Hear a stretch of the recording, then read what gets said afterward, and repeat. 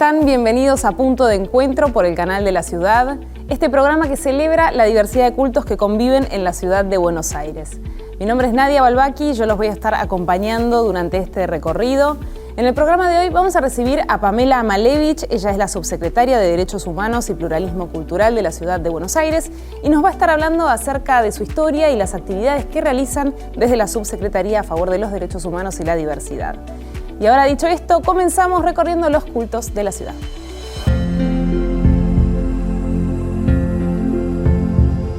Llegó acá en Argentina en 2001.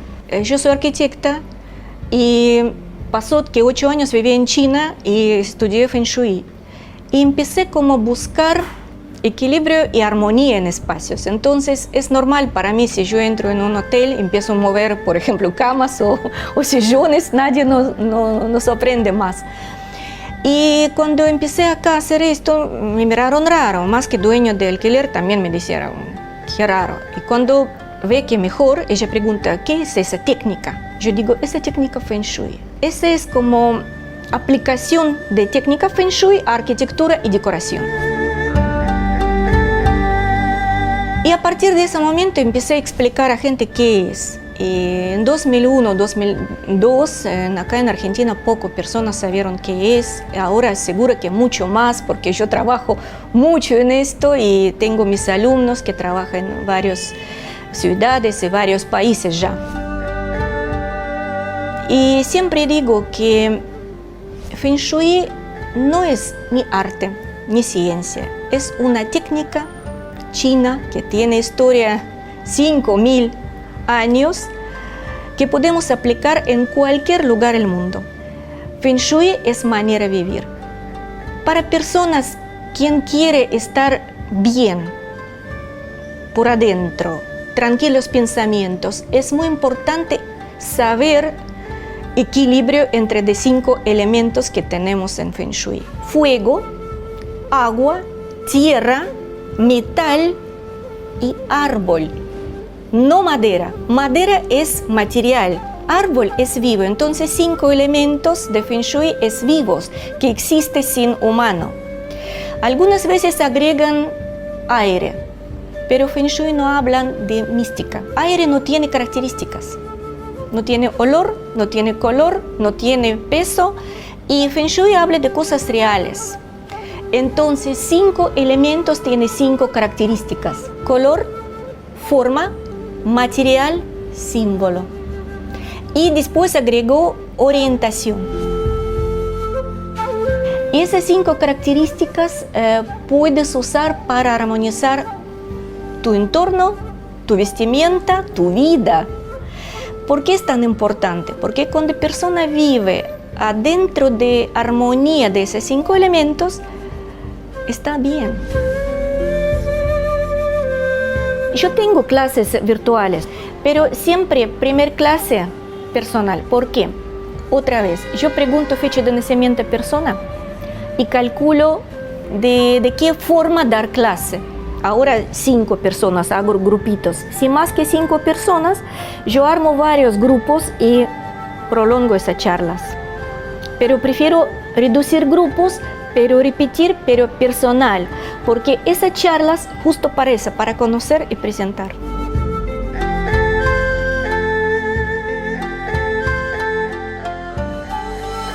Continuamos con Punto de Encuentro y ya estamos con nuestra invitada del día. Ella es la subsecretaria de Derechos Humanos y Pluralismo Cultural, Pamela Malevich. Bienvenida, Pamela, ¿cómo estás? Muy bien, gracias Nadia por la invitación. Un placer recibirte.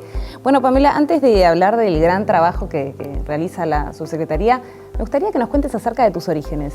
Bueno, yo tengo raíces polacas, pero mis padres, mi mamá y mi papá, ambos son argentinos. Soy de religión judía, así que recibí educación comunitaria judía, tanto en el nivel inicial como en el secundario, y después elegí una carrera orientada más al trabajo social, orientado al trabajo más asociativo. Soy licenciada en Organización y Dirección Institucional por la Universidad Nacional de San Martín y estoy terminando una maestría en Estudios de Género en la UCES. Así que bueno, a lo largo de toda mi trayectoria me fui formando siempre con un enfoque orientado a lo que tiene que ver con la agenda de derechos humanos. ¿Cómo lo vivías de chica, siendo con tus orígenes, de religión judía, en Buenos Aires? ¿Cómo se vivía para vos? Con mucha naturalidad. La verdad es que siempre transité mis tradiciones, mi cultura con mucha naturalidad. Nunca me sentí parte de una minoría, siendo una comunidad que en la Argentina no es tan minoritaria, pero en el global sí lo es. Con mucha naturalidad, con mucha normalidad, con una excelente convivencia. La ciudad de Buenos Aires justamente lo que tiene es esa posibilidad de transitar libremente, sin tener mayores prejuicios, a pesar de haber sido víctima, no en términos particulares, sino comunitarios, de 2 atentados bastante brutales en nuestra ciudad. Sin embargo, en términos de convivencia siempre fue muy, muy natural. ¿Qué fue lo que te orientó hacia los derechos humanos, hacia el pluralismo cultural, la diversidad? Bueno, yo creo que tiene que ver con un poco la educación que recibí en mi casa. Mis padres siempre fueron muy activos a nivel comunitario, con valores muy fuertes en lo que tiene que ver con la solidaridad y el compromiso con las personas que más necesitan, bueno, una mano, un abrazo, un abrigo. Y bueno, eso se va como gestando en la casa. Después, lógicamente, la educación que fui recibiendo en los espacios donde me formé, y algo interno vocacional que me inspiraba a poder ayudar o colaborar a transformar realidades, a mejorar la calidad de vida de otras personas. Y bueno, en eso me fui formando y fui profundizando toda mi carrera. ¿Cuáles fueron los pasos o el camino que fuiste siguiendo para llegar a ser funcionaria? Bueno, medio de casualidad también, un poco. O sea, yo venía a trabajar en la sociedad civil, en la DAIA específicamente. Después del atentado que sufrió la AMIA y la DAIA, fui convocada a trabajar un poco para recomponer el entramado social y cultural que había quedado muy, muy afectado. ¿Cómo viviste el atentado? Muy brutalmente, muy brutalmente. Tenía gente conocida, la AMIA era un lugar que uno transitaba frecuentemente, con lo cual fue una situación muy sorprendente. Veníamos de un atentado anterior, que había sido el atentado de la Embajada de Israel, que también tenía gente conocida que falleció ahí, así que eso de alguna manera también fue condicionando mi vida y mi formación profesional, trabajando de manera voluntaria cuando los operativos no estaban tan claros y la gente iba y se desesperaba por poder colaborar. Y después surge, después del atentado a la AMIA, puntualmente, un programa que se llamaba Fortaleza Comunitaria, y ahí me convocan a ser parte de ese programa. Y bueno, y ahí empecé a trabajar y trabajé muchos años en la DAIA, y posteriormente me tomé unos 3-4 añitos de licencia personal, profesional por maternidad, y me dediqué un poco a la familia y quería estar un poco más tranquila. Era un espacio complejo, ¿no? Lamentablemente seguíamos recibiendo amenazas permanentemente, había que evacuar los edificios. Entonces, en ese contexto dije, me parece que está bueno que me dedique un poco a estar tranquila, y bueno, tenía la posibilidad y empecé a hacer asesorías y consultoría más en términos particulares a empresas y a instituciones, pero no tanto en lo cotidiano. Y bueno, y ahí me convocan y me dicen, estamos armando un proyecto para la gestión pública que tiene que ver un poco con la labor que vos hacés, con las relaciones institucionales, y dije, bueno, me entusiasma. La verdad que desconocía el ámbito estatal, siempre me dediqué más desde las ONG, desde la sociedad civil, y bueno, dije, probemos, y acá estoy, después de casi 16 años en la gestión pública, pensando que iba a ser algo tranquilo, y claramente no lo fue. Okay. Y también tiene que ver con mi estilo y con mi forma de ser, de que cuando me comprometo profunda e intensamente. Así que bueno, acá estoy hasta ahora, activando en una agenda que me absolutamente conmueve y me convoca en la tarea todos los días. ¿Cómo fueron tus comienzos como funcionaria siendo mujer? ¿Qué tal? Bueno, fueron simples en algún punto. Lo digo porque no hay muchas. Sí, no hay muchas, es cierto. Fueron simples en términos de la tarea que yo desempeñaba, pero complejos en los momentos en donde había que ocupar determinados cargos en donde la disputa y los liderazgos por ocupar determinados cargos se hace más difícil. Y ahí a veces surge el tema de, bueno, no hay mujeres, ¿no? Bueno, tal está para este cargo, y cuando dicen, pero ¿por qué no una mujer? Bueno, porque mujeres no hay. Lo cual implica todo un desafío adicional, que es mostrar que sí hay mujeres, que sí hay mujeres capacitadas, que sí hay mujeres con trayectoria, con compromiso, que sí hay mujeres que están para ocupar esos cargos de toma de decisión. Simplemente necesitamos que se abra un poco más la puerta. Pero bueno, acá estamos. Acá en ese desafío que es cotidiano, que la verdad es que yo finalmente estoy ocupando un cargo importante, que trato de que la gente de mi equipo también pueda acceder a esos cargos, porque tengo un equipo de gente maravillosa, talentosa, responsable, profesionales, mayoritariamente mujeres, porque me parecía que también había que ahí formar estructuras para que después, cuando digan no hay, mostrar que sí hay, y hay muchas. Y bueno, y acá estamos. Pamela, queremos saber todo lo que está realizando la subsecretaría en este momento, pero nos vamos a ir a una breve pausa. Quédate con nosotros. Muy bien. Enseguida volvemos con más Punto de Encuentro.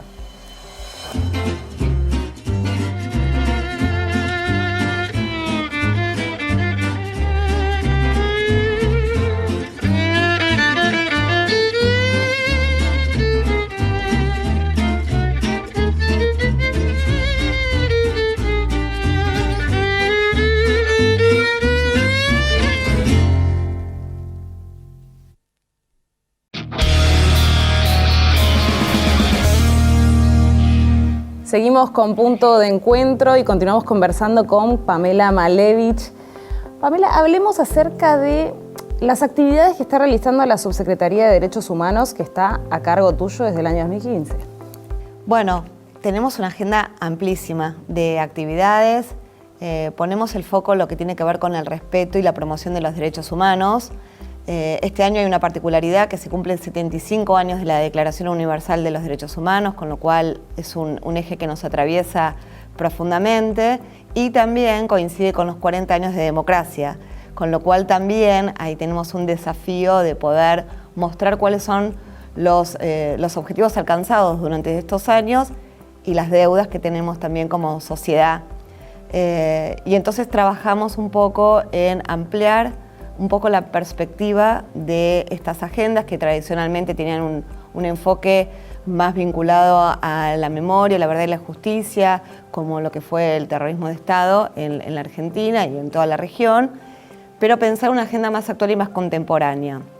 En este sentido, una de las fortalezas que tiene la Ciudad de Buenos Aires es la interculturalidad, más de 50 comunidades recién en la Ciudad de Buenos Aires, mostrando que se puede celebrar en absoluto respeto, con cordialidad, conociendo, descubriendo las tradiciones y las prácticas culturales de cada una de estas colectividades, sean latinoamericanas, sean europeas, asiáticas. Es decir, hay una diversidad enorme, que es un valor que tiene esta ciudad y que vale la pena siempre poder mostrarlo y exhibirlo. Y entonces tenemos los Buenos Aires Celebra como un programa insignia, ya hace muchísimos años. ¿De qué se trata el Buenos Aires Celebra para aquel que nunca fue? Bueno, Buenos Aires Celebra lo que intenta es celebrar a cada una de las comunidades que residen en la ciudad, pero que también tienen representación en el resto del país. Por eso invitamos también a que sean parte de esa celebración.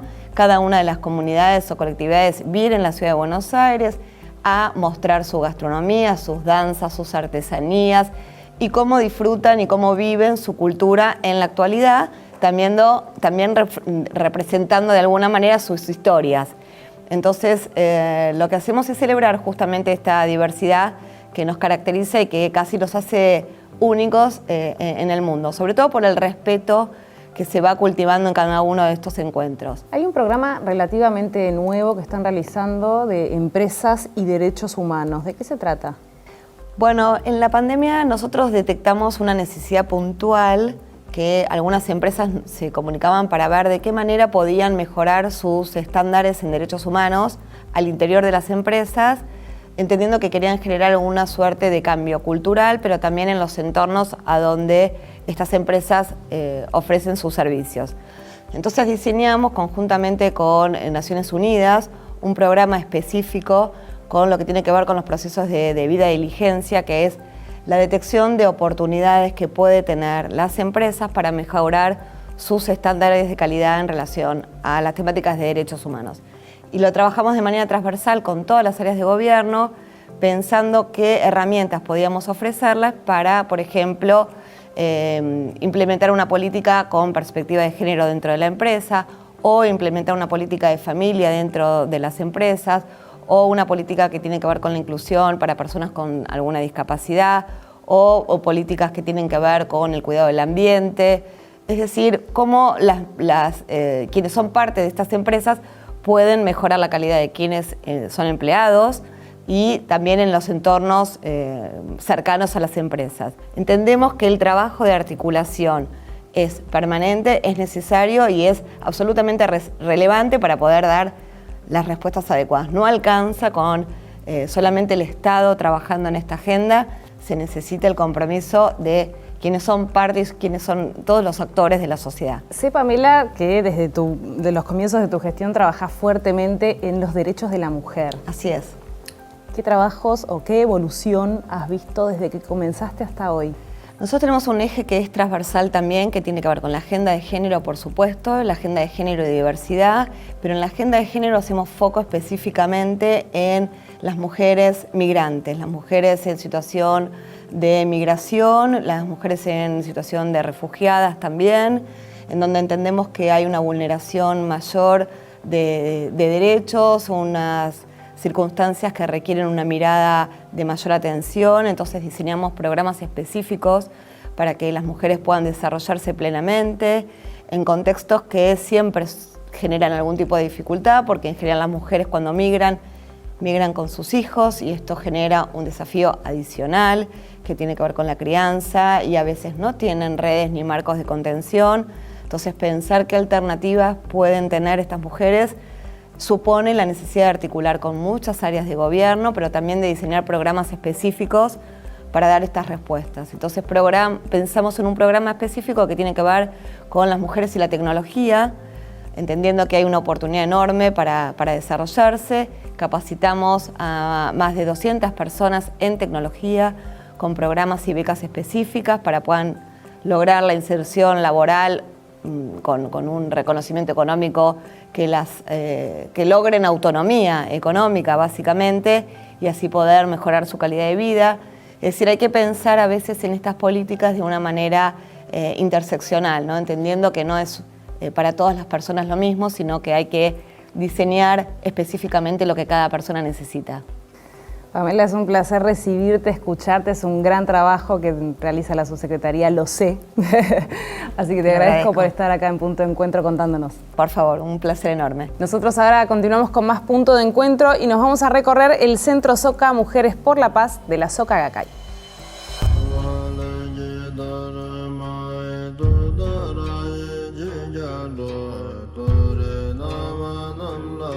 Hoy nos encontramos en el Salón Esperanza Caneco y Queda del Centro Soca de Mujeres por la Paz. La Soca Gacay Internacional, o SGI, es una organización budista que promueve la paz, la cultura y la educación basada en el respeto a la dignidad de la vida que expone el budismo de Nichiren Daishonin. La Soca Gacay fue fundada en 1930. En un principio era una agrupación de educadores que buscaban una reforma educativa y bueno, su primer presidente y fundador de la organización, Tsunesaburo Makiuchi, era un educador que tenía el deseo muy profundo de lograr que todas las personas pudieran empoderarse y construir una vida feliz.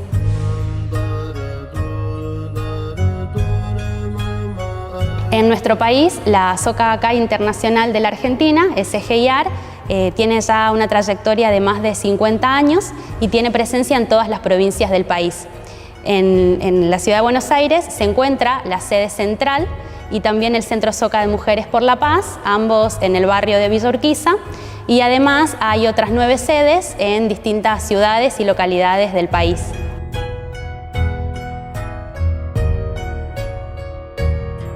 Bueno, los miembros de la Soka Gakkai extraemos nuestro potencial inherente a través de nuestra práctica budista, que la realizamos diariamente en nuestros hogares, y también realizamos reuniones de diálogo que son tradicionales desde los primeros días de la organización, bueno, en la década anterior a la Segunda Guerra Mundial.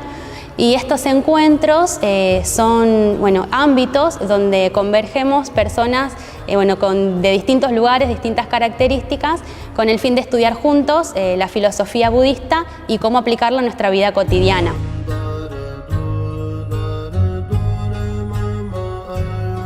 Actualmente, en cada barrio y localidad del país, los miembros de la SGI nos esforzamos por contribuir a nuestra comunidad, realizando acciones locales con el fin de aportar también a enfrentar y resolver los diferentes problemas globales que enfrenta la humanidad, basados y convencidos que existe una interconexión entre la felicidad individual y la paz colectiva.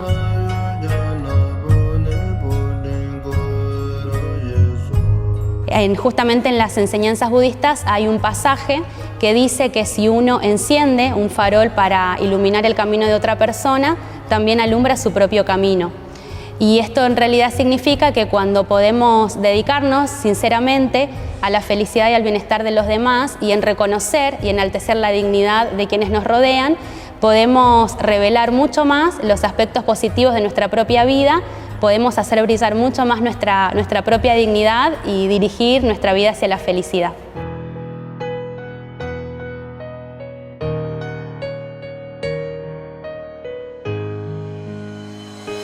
Y de esta forma llegamos al final del programa. Gracias a todos por estar del otro lado.